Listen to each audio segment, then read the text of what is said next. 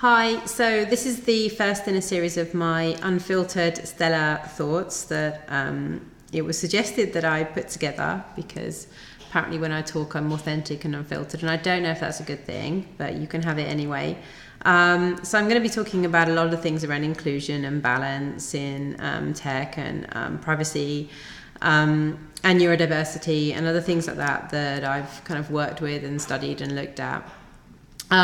And the first thing that I wanted to very briefly, for just 5 or so minutes, talk about today was the issue that I always get. It's a subject that always comes up, and it's the comment is that when you talk about how tech is maybe a little bit discriminatory, a little bit unfair, a little bit tough to work in or get into, you get pushback, and you get people saying, "Well, I don't see that," or "I see unfair advantage for what people call, minority groups."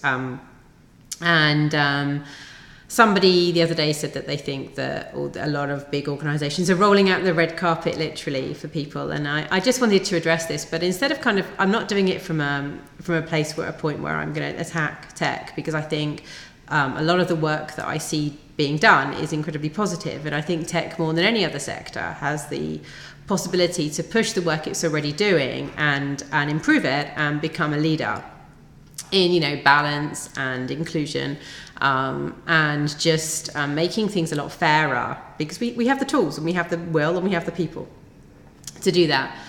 But I think rather than just saying, well, tech's really bad, which it isn't, I think we need to look at it from kind of a societal lens, and accept that there are issues in how we deal with people who say there's an issue in society. When people come and say there's a problem, so if somebody says, well, I feel like there's kind of recruitment issues in tech, or I feel like it could be more balanced. There's not so much balance in the boardrooms. With the VC capital is being given to enough people that it seems to be very, very white and male, but particularly white anyway. The beneficiaries of this. Things like that, or I think that this conference or this event or this workplace could be a little bit more inclusive, and you get pushback and you get people saying, well, you want special treatment, and I don't think this is true. I think we need to listen when people say that there's discrimination, and we need to really understand why and where that comes from, and I think a lot of it comes from there's kind of a societal desire to blame victims and to push back. And we kind of often, when we find ourselves in these toxic environments, a lot of people might be working in toxic workplaces, or find themselves on kind of organisational committees where they're having to fight really for their own position, and they're kind of unsure maybe of how to kind of push back and fight without risking their own position.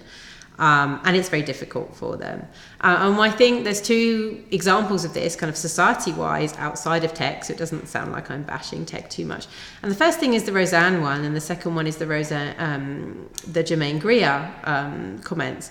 So Roseanne made a very racist comment. Now, we know that racism is a serious issue. We know that people die because of racism, because of the validation they get from comments from powerful and influential people like Roseanne, who have equally powerful and influential friends.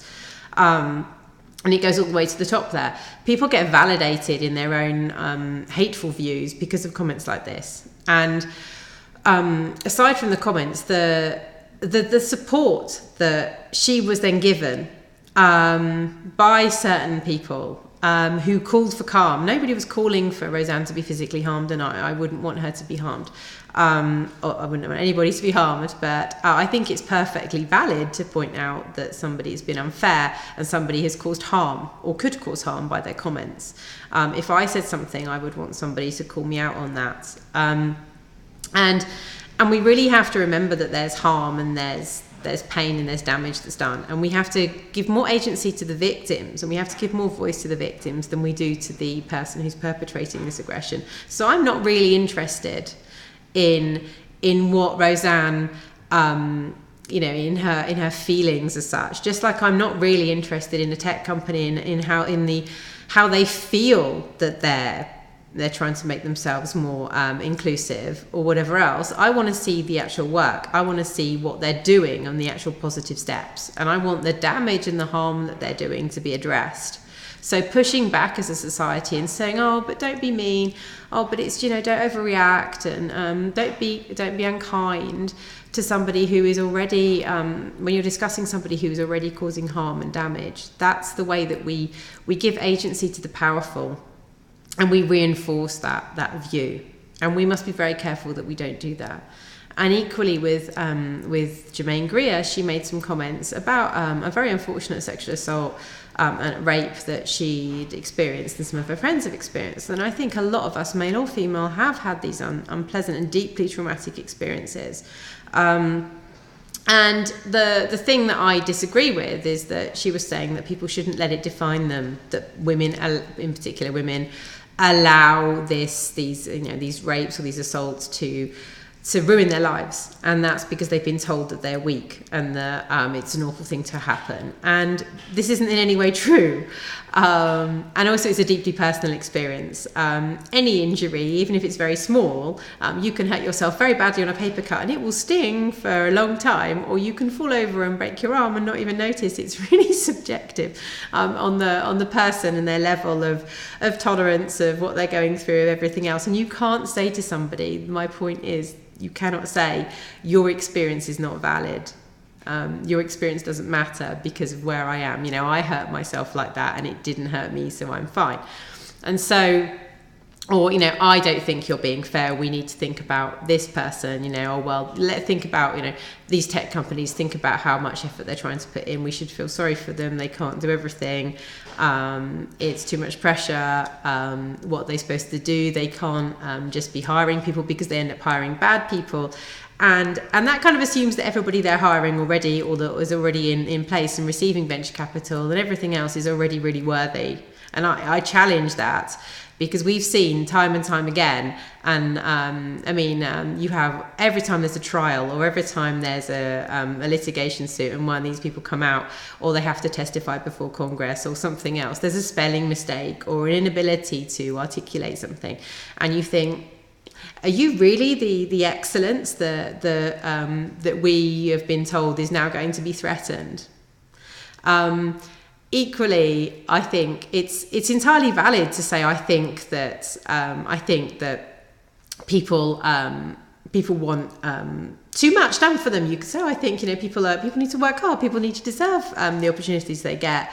But equally, then you need to look at yourself. And I think all of us need to look at where we are and how we got there. We need to audit the rooms we're in. And we need to say, well, okay, I'm here, and what am I grateful for? How did I get here? Did I get here because of every single hard work thing that I did, or did I get here because I was lucky because this happened, or because I happened to meet that person, or I happened to be in the right place at the right time?